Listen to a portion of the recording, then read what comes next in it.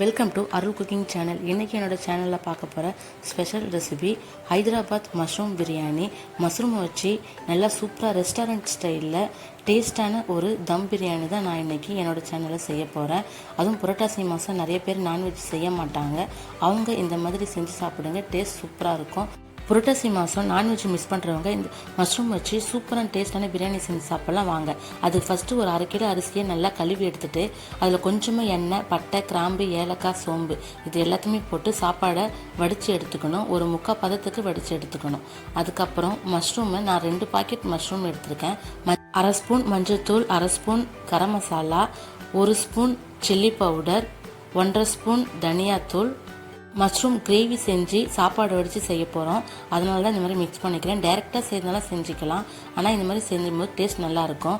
1/4 spoon அளவுக்கு சீரகத்தூள் optional தான்.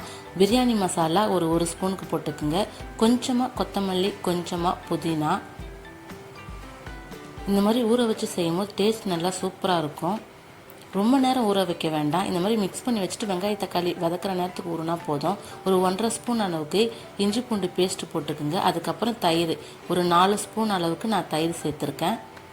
ஒரு பெரிய சைஸ் லெமனில் பாதி லெமன் நல்லா புழிஞ்சு ஊற்றிக்கலாம். அப்புறம் கிரேவிக்கு தேவையான அளவு உப்பு இதெல்லாம் போட்டு நல்லா மிக்ஸ் பண்ணிக்கலாம். ஒரு ஸ்பூனை வச்சு இந்த மாதிரி மிக்ஸ் பண்ணி அதை அப்படியே வச்சுக்கலாம். இந்த மாதிரி மஷ்ரூமோட மசாலாவில் நல்லா மிக்ஸ் பண்ணி ஊற வச்சு செய்யும் போது அந்த மசாலாலாம் நல்லா மஷ்ரூமோட நல்லா ஊறி டேஸ்ட் நல்லா சூப்பராக இருக்கும். ரொம்ப நேரம் ஊற வைக்க வேணாம், ஒரு 1/2 hour ஊற வச்சுக்கோங்க. அப்படின்னா வெங்காய தக்காளி வதக்கிற நேரம் வரைக்கும் ஊறட்டும், நல்லாவே இருக்கும். இப்போ மஷ்ரூம் கிரேவி செய்கிறதுக்கு ஒரு அகலமான பாத்திரத்தை வச்சு ஒரு 5 ஸ்பூன் அளவுக்கு எண்ணெய் ஊற்றிருக்கேன். எண்ணெய் நல்லா சுடுறது பட்டை, கிராம்பு, ஏலக்காய், சோம்பு, ஸ்டார், கல்பாசி எல்லாத்தையுமே போட்டு நல்லா பொரிஞ்சதும் ஒரு 4 பச்சை மிளகாவை நல்லா நீட்டாக கீறி போட்டு வச்சுருக்கேன். ஒரு 3 பெரிய சைஸ் வெங்காயத்தையும் நல்லா நீட்டாக கட் பண்ணி சேர்த்து நல்லா பொன்னிறமாக ஆகிற வரைக்கும் நல்லா வதக்கிக்குங்க. வெங்காயம் நல்லா வதங்கினதும் தக்காளி, அதே 3 சைஸ் தக்காளி தான், பெரிய சைஸ் தக்காளியை கட் பண்ணி அதையும் சேர்த்து நல்லா வதக்கிக்கணும். தக்காளி நல்லா வதங்கினதும் நம்ம மிக்ஸ் பண்ணி வச்சுருந்தா மஷ்ரூமை இதோட சேர்த்துக்கலாம். இதுலேயே நம்ம இஞ்சி பூண்டு பேஸ்ட்டு எல்லாத்தையுமே சேர்த்துருக்கோம்.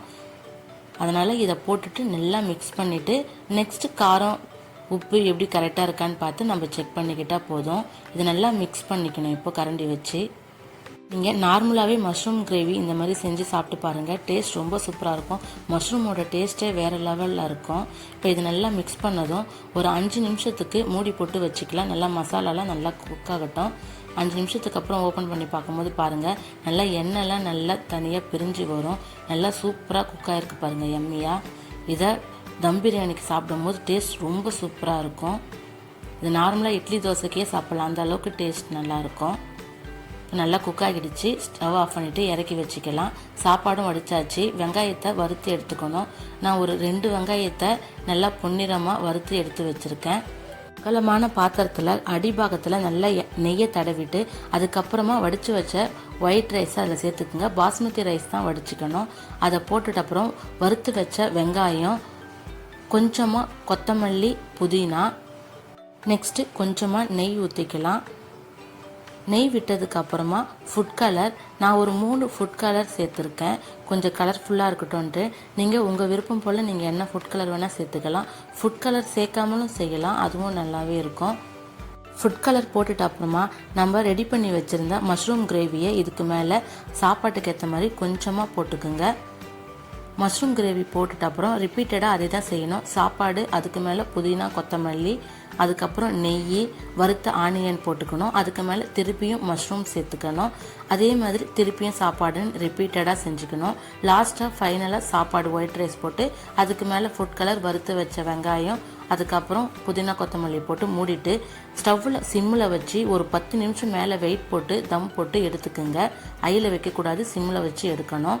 இந்த மாதிரி எடுக்கும்போது சூப்பரான ஹைதராபாத் மஷ்ரூம் பிரியாணி ரெடி ஆகிடும். டேஸ்ட் ரொம்ப சூப்பராக இருக்கும். குழந்தைங்க ரொம்ப லைக் பண்ணி விரும்பி சாப்பிடுவாங்க. அதை பார்க்குறதுக்கே ஒரு ரெஸ்டாரண்ட் ஃபீல் வரும். கண்டிப்பாக ட்ரை பண்ணி பாருங்கள். அருள் குக்கிங் சேனலை சப்ஸ்கிரைப் பண்ணுங்கள்.